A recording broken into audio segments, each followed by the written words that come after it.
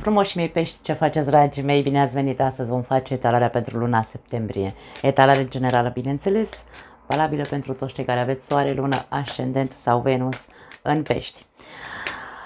Sper că ați avut și voi parte de vacanță de vară, sper că v-ați relaxat și eu am lipsit 2 săptămâni, m-am întors mai grasă și mai frumoasă, așa am cam zis la toate zodiile. Dar na, așa se spune la noi, grasă și frumoasă, da? Mie îmi place să glumesc și sper că și voi ați petrecut frumos și v-ați relaxat, cel puțin. Începem. Vom face crucea celtică, de unde vom scoate, bineînțeles, și încă 2 cărți în plus pentru a vedea provocarea și surpriza lunii septembrie pentru voi. După cum vedeți, am schimbat și contextul pentru că mi-am tot bătut capul să văd cum fac să așez altfel, într-atât încât să puteți vedeți masa, chiar dacă nu vedeți de sus cărțile, important este să le vedeți așezate și eu oricum o să vi le arăt. Energia ta, 4 de monede, wow! Energia 4-ului de monede este o energie de căpoșenie, îi spun eu câteodată, este o energie de zonă de confort, este o energie de agățare, mă agăț de ceea ce am, nu vreau să dau drumul a ceea ce am, că este o persoană, că este o situație, că este un job, nu contează, da? Ești pe o atitudine sau o energie, îmi pare rău că se aude gălăgie, dar bate vântul la noi, ești pe o atitudine de încrustare, de stau aici și mă țin bine de cufărul ăsta și de ceea ce am, pentru că nu vreau să pierd, nu sunt dispus să pierd ceea ce am. Bun, vom vedea dacă este pozitiv sau dacă este negativ pentru voi. Situația, steaua, ok, steaua aduce vindecare, aduce speranță, aduce idei originale, aduce inspirație, aduce vise împlinite, da? Hai să vedem. Oi. Ce se întâmplă? Sunteți foarte, foarte agitați. Hai să amestecăm. Wow. Ok. 6 de cupe, 10 de cupe și 2 de bâte, dragii mei. La voi e vorba despre situația în luna septembrie pentru pești, este o situație de poate vindecare, împăcare pentru alții dintre voi. Sunteți inspirați să vă puneți ambiția să vă recuperați, poate de ce nu, unii dintre voi vreți să vă împăcați cu persoana iubită sau vreți să vă căsătoriți cu cineva din trecutul vostru. Sunteți inspirați dintr-o dată să mergeți să căutați această persoană, vă veți pune ambiția să o faceți în cazul în care există o persoană în viața ta sau, mă rog, ești într-o relație. Ambiția ta în această lună este să vă echilibrați relația sau să o puneți pe picioare. Atitudinea ta se vede că este una încrustată, cum am spus, că poșenie, da? Căpoasă, în care zici nu mă las, poate nu mă las, de aici nu ies, din casa asta nu ies. Tu mi-aparții, atenție dacă e vorba de posesivitate, nu știu dacă este cea mai bună atitudine, însă, na, intenția pe care văd că o ai în această lună este ca tu să-ți recuperezi, să recuperezi ceea ce aveai în trecut. Luna trecută am văzut total contrariu la voi. Luna asta pare că încercați să faceți altceva. Sau poate că e o continuare a ceea ce am văzut luna trecută, pentru că luna trecută mi-aduc aminte cam despre ce vorbeam la pești. Atitudinea ta e de împăcare, de a nu da drumul acestei relații. Bun, hai să vedem în mintea ta. 5 de spade. Da, deci tu, e ca și cum tu ai planul făcut. Tu, intuiția ta, da, intuiția ta, inspirația divină, numește-o cum vrei tu, îți spune, nu face lucrul ăsta, nu pleca de aici, nu lăsa familia, nu lăsa relația. În mintea ta se duce o luptă de gânduri, ia uite, 5 de spade din nou, wow, Unde am mai văzut eu aceeași poziție a cinciului de spade la vărsători?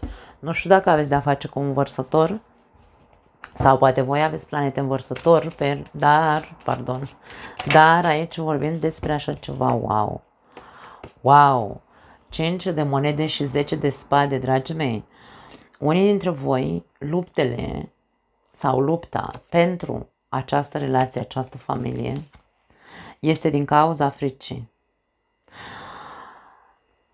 Tu vrei să rămâi cu orice preț, asta îmi vine să spun. Cu orice preț vrei să rămâi în această relație. De ce? Pentru că nu vrei să-ți pierzi, adică ți-e frică să rămâi singur, ți-e frică să, sau mă rog, să trăiești singur în această viață, ți-e frică că nu știi peste cine dai în cazul în care te desparți, de exemplu, ți-e frică de faptul că nu vei mai avea susținere, îți vei pierde zona de confort cumva, și din punct de vedere material și din punct de vedere al statutului de căsătorit, de exemplu, și de aia în tine se dă o mare luptă și văd că continuă în septembrie această luptă, mă mănâncă nasul. Pentru că frica e panică, nu mai e frică, e panică, da? E panică aici. E ca și cum eu, dacă mă văd singur, mă văd ca și cum aș fi singur pe lume, ca și cum aș fi mort.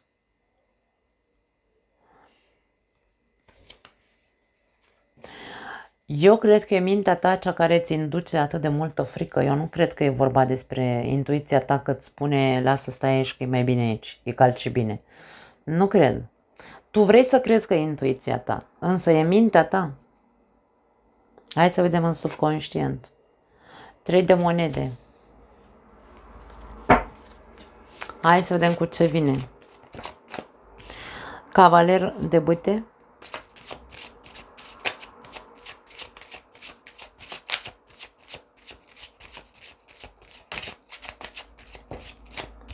Și 3 de cupe.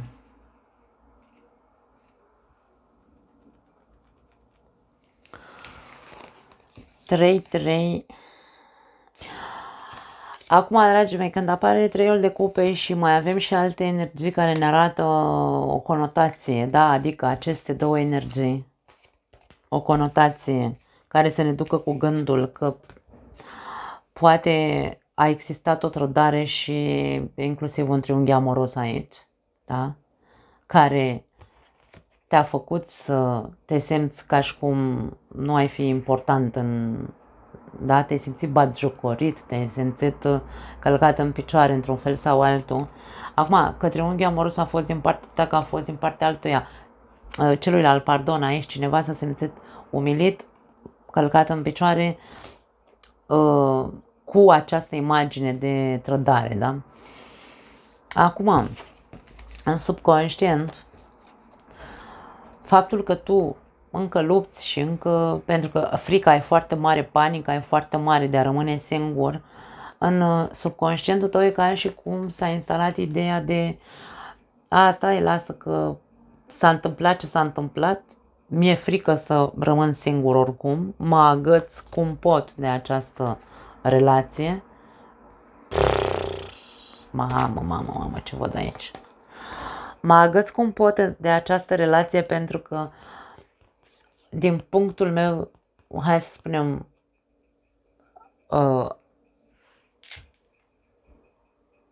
nu din punctul meu de vedere, în interiorul tău, se îmbină energia idealizării cu energia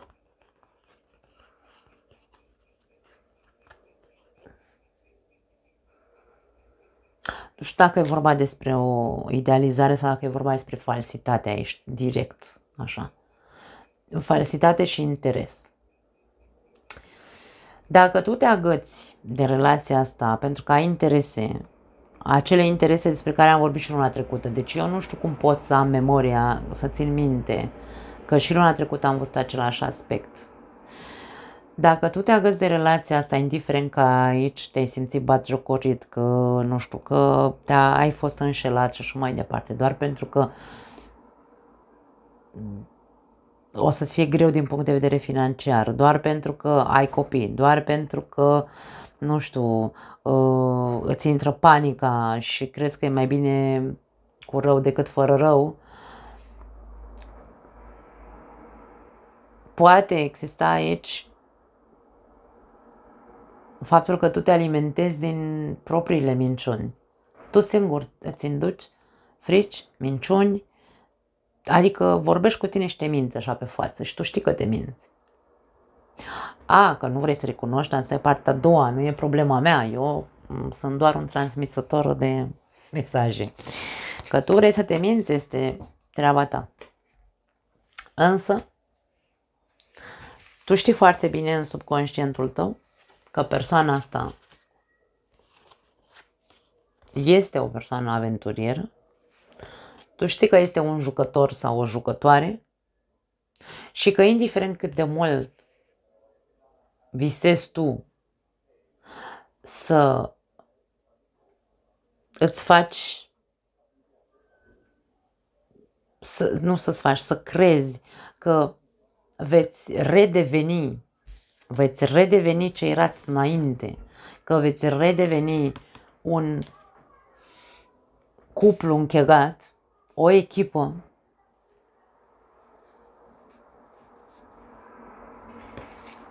tu știi. Tu știi cât de mult vrei să te minți și până unde vrei să te minți. Eu nu pot să spun mai mult de atât. Hai să vedem în trecut. Eremitul.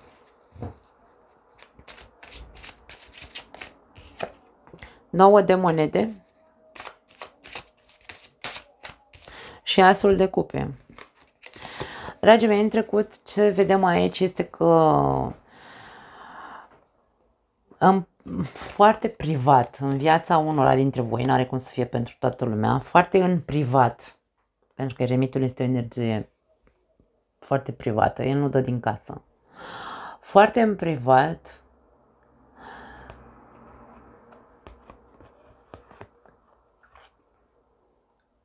nu știu dacă tu ai iubit pe ascuns pe altcineva. Mă rog, ori tu, ori celălalt. Deci, aici vedem imaginea celui care, mie vine să spun celui care s-a dat ca și cum ar fi burlac. Sau imaginea pe care a lăsat-o e ca și cum că ar fi singur. Da? Că e o persoană singură, fără niciun fel de obligații. Aici cineva minte. Aici cineva minte sau a mințit. Aici cineva are interese sau a avut interese. Cineva nu e sincer. Steaua înseamnă sinceritate. Steaua e ca și cum ți se spune în luna septembrie e momentul să încep să fii sincer. De la început până la sfârșit cu această relație. Sau față de tine în această relație. Și să pui una să schimbi, să vezi alte orizonturi, să schimbi viziunea, să vezi că există ceva mult mai, că mai există și altceva în afară de ceea ce ai tu în momentul de față.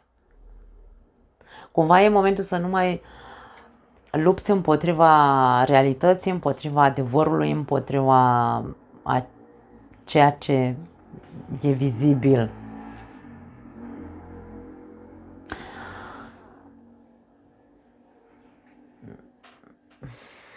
Singurătate și răceală emoțională văd în trecut. Nu cred că relația asta a fost pe roze în ultima perioadă. Nu. Poate că de anul trecut, din septembrie, relația voastră doar așa se menține cumva din,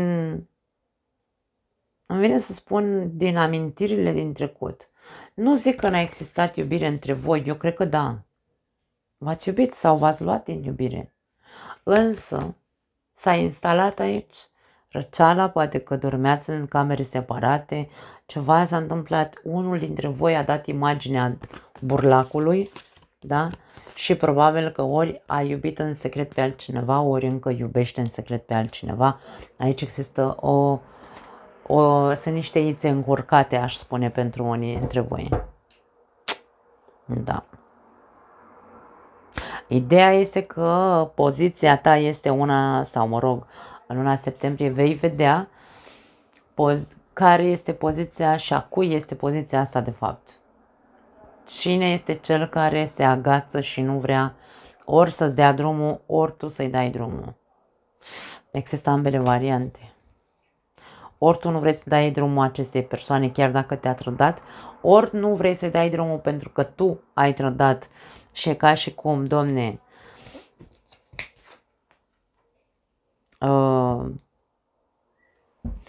e ca vorba aia, nicăieri nu e ca acasă, sau doar persoana asta mă iartă mereu, atenție, poate fi și asta, și tu mereu și mereu și mereu să fii tentat într-un fel sau altul să cazi în, da? Tu lupți aici, lupți împotriva,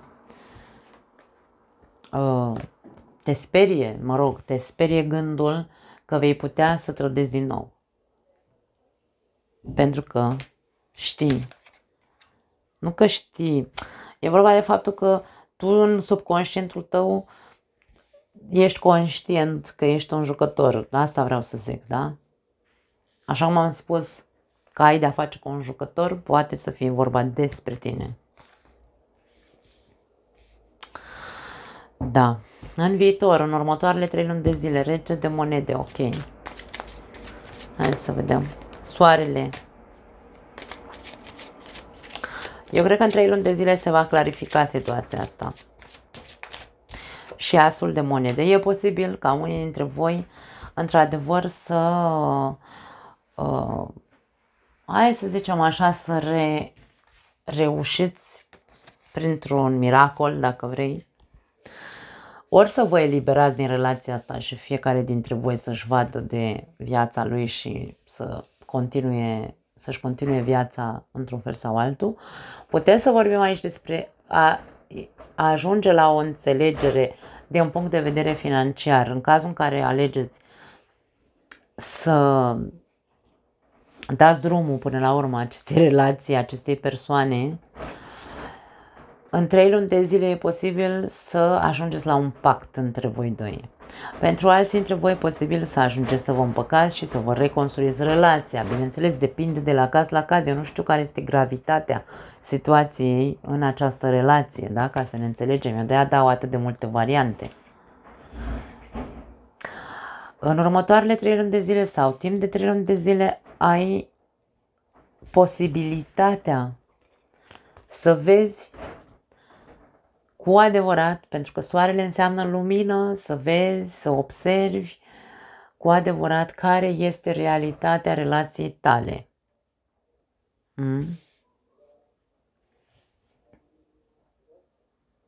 Putem să vorbim cu soarele atât despre fericire și împăcare, cât și despre eliberare, să rămână clar. Că aici nu e vorba doar despre faptul că fiecare dintre voi, mă rog, toți peștii, ori se vor despărți, ori se vor împăca, ori vor trăi fericiți până la adânci bătrâneți, ori, da, variantele sunt multiple, pot fi toate viabile.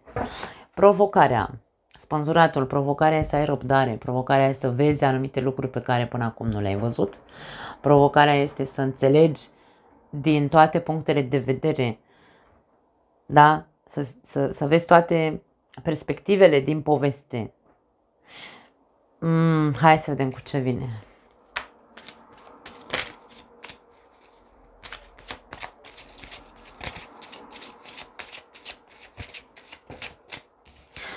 Treiul de bute. Dragii mei, voi sunteți provocați să vă lărgiți orizonturile. Așa cum am simțit să transmit aici cu 2 ăsta de bute, la fel ne spune această combinație. E momentul să începi să îți schimbi viziunea, să-ți schimbi panorama, să ampliezi panorama, să vezi tabloul întreg al acestei relații sau acestei povești, da? Și 7 de spade din nou, dragi pești, e momentul să începi să vezi cine și de ce se poartă măști, cine și de ce este fals sau cine și de ce are interese. Răspunsurile sunt la voi.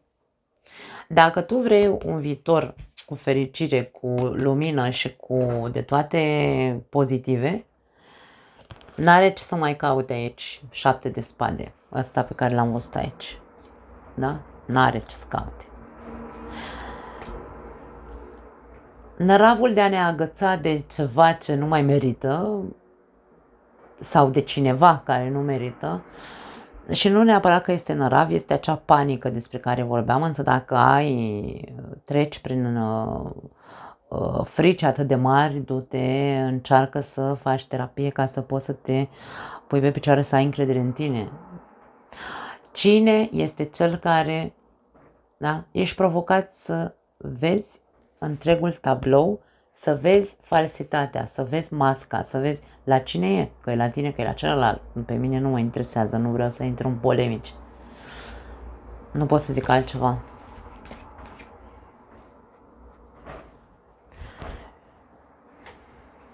Surpriza.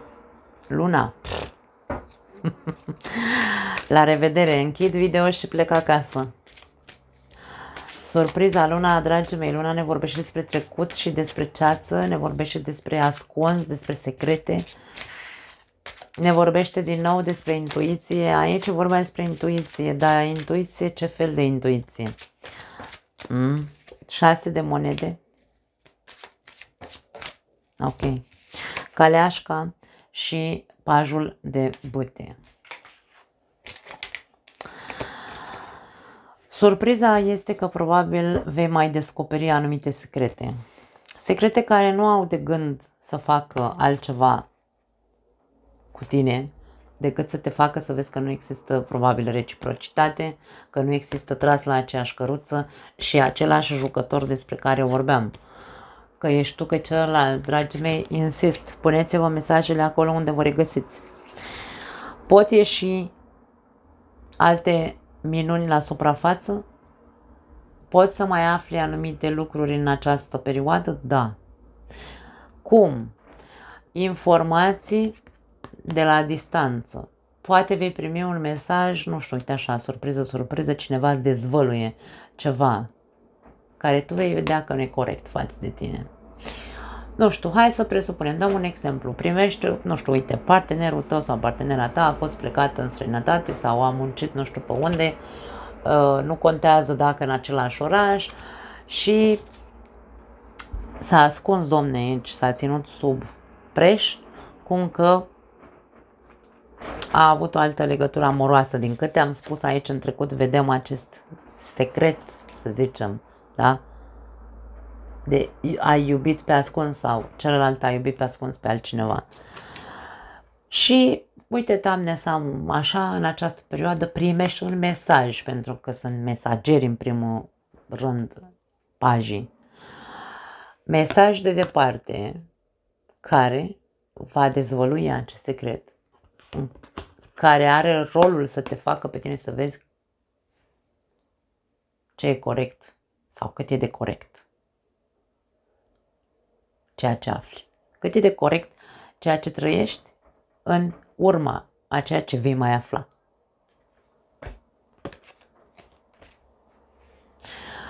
Pentru alții dintre voi, dacă vorbim despre trecut, frici, traume, din nou, luna poate veni cu multe lucruri.